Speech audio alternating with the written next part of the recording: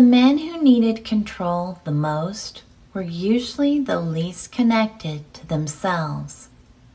And the disturbing part is that most people would never recognize it, because externally, these men often looked powerful, disciplined, successful, respected, composed.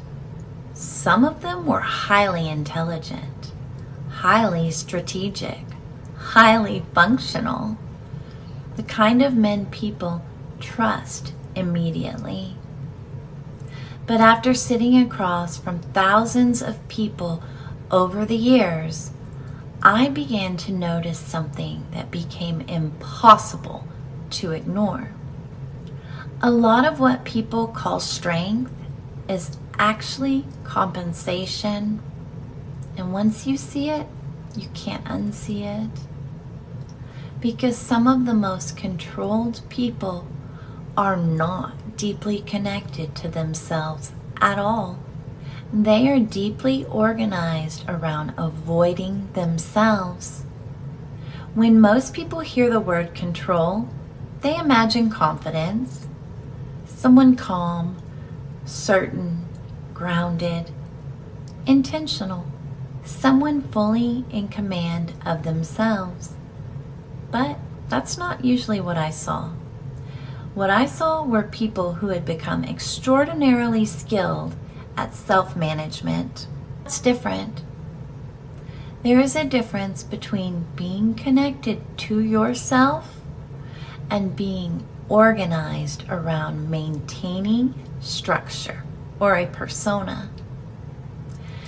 And a surprising number of people confuse the two, especially in men, especially in cultures that reward performance more than emotional honesty or emotional intelligence.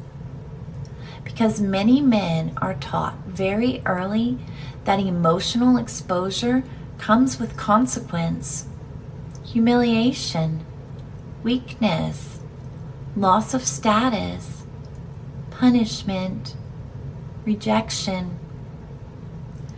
So instead of developing intimacy and connection with themselves, they develop control structures. And over time, those structures can become so sophisticated that even they no longer realize they are performing. That's the part people misunderstand about control. They think it's about dominance over other people. Most of the time, it isn't. Most of the time, it's compensation for internal stability. Someone cannot regulate themselves internally, they will try to regulate externally. Through routines, through hierarchy, through rigid roles, through controlling the environment, through controlling emotional exposure, through controlling unpredictability, through controlling intimacy itself, not always consciously, but consistently. And once you see this pattern enough times, it becomes impossible to ignore.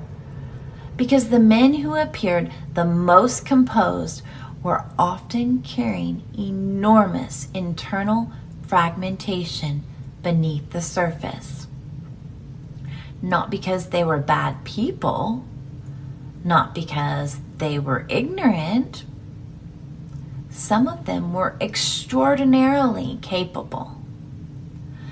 But internally, there was often very little direct relationship with their own emotional reality. What existed instead was management. Management of image, management of emotion, management of perception, management of vulnerability. Because underneath all of it, there was usually something they had spent years trying not to feel. And this is where people get confused. because control can look impressive. It can look masculine, disciplined, strategic, grounded, emotionally contained. But controlled behavior is not always stability. Sometimes it's fear organized into structure, and those are not the same thing.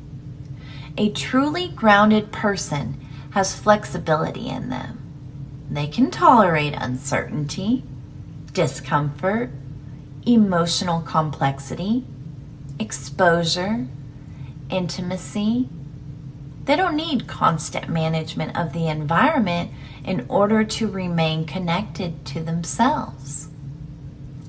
But internally fragmented people usually do. That's where the need for control intensifies.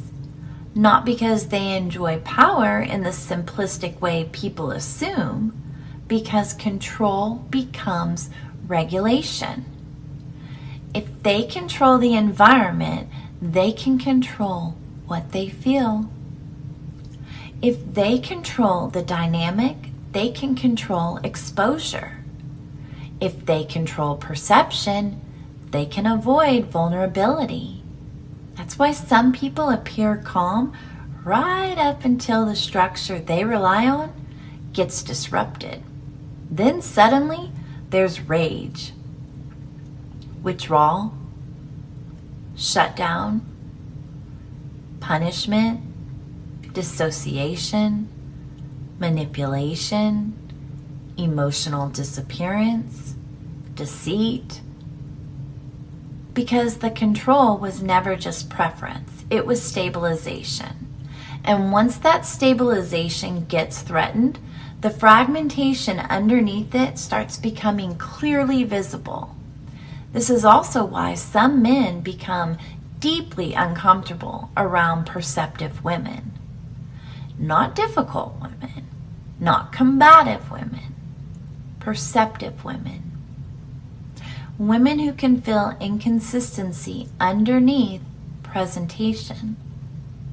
Women who notice subtle energetic shifts.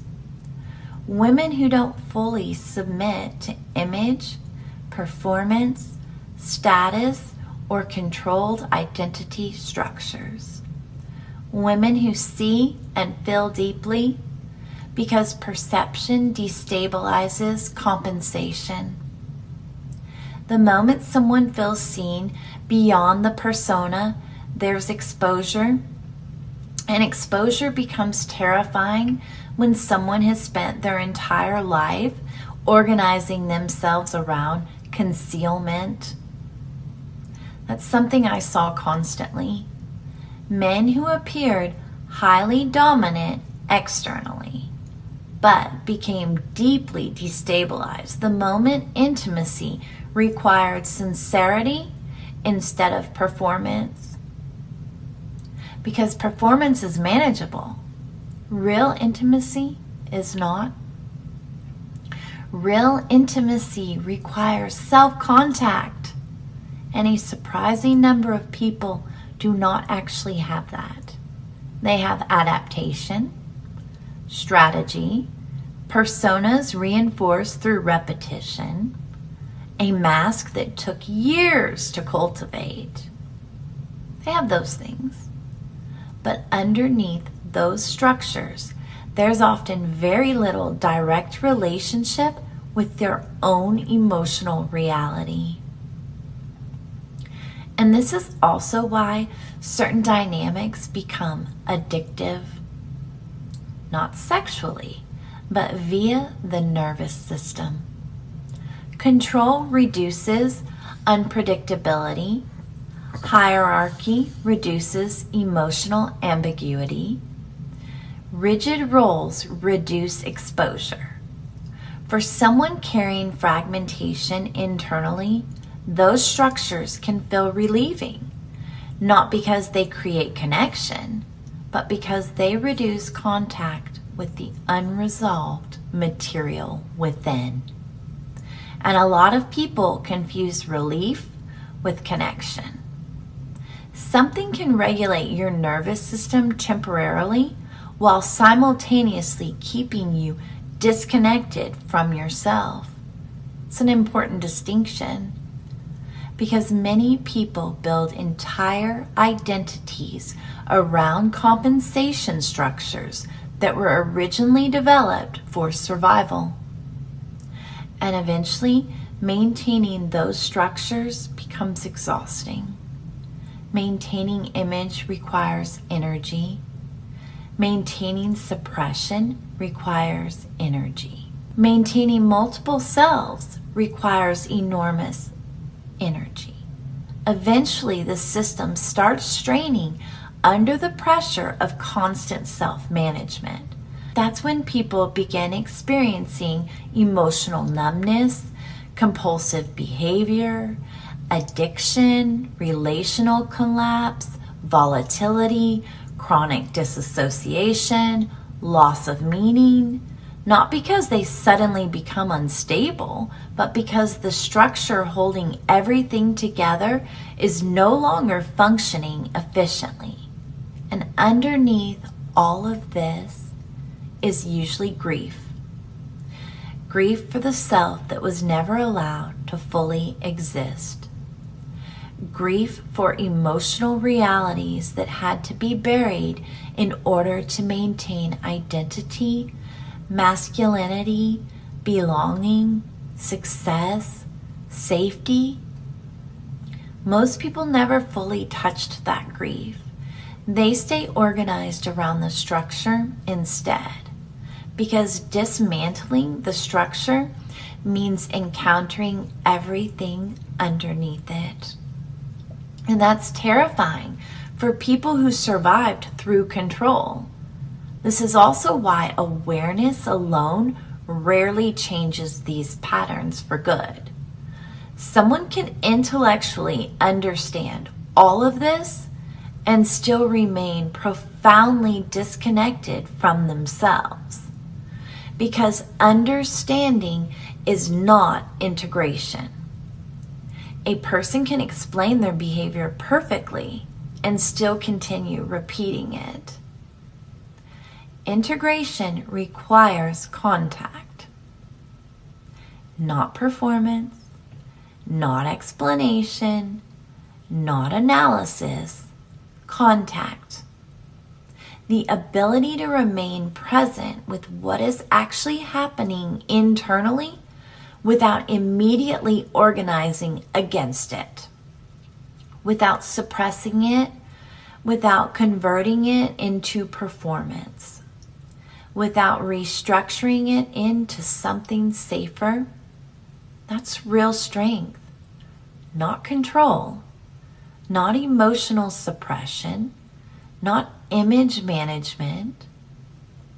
Real strength is honesty. The ability to see yourself clearly without immediately defending what you see. And that's rare. And when someone finally begins developing that kind of relationship with themselves, something changes naturally. The need for excessive control starts dissolving because they no longer require the external environment to regulate what they refuse to face internally. That is the real shift. Not becoming more dominant or more in control, becoming more integrated. And once you learn how to recognize this particular dynamic, you will start seeing it everywhere. In relationships, in leadership, in family systems, in culture, and in yourself. Because once you see control clearly, you stop confusing it with strength. I am Kat Grace. Thank you for being here. Until next time, namaste.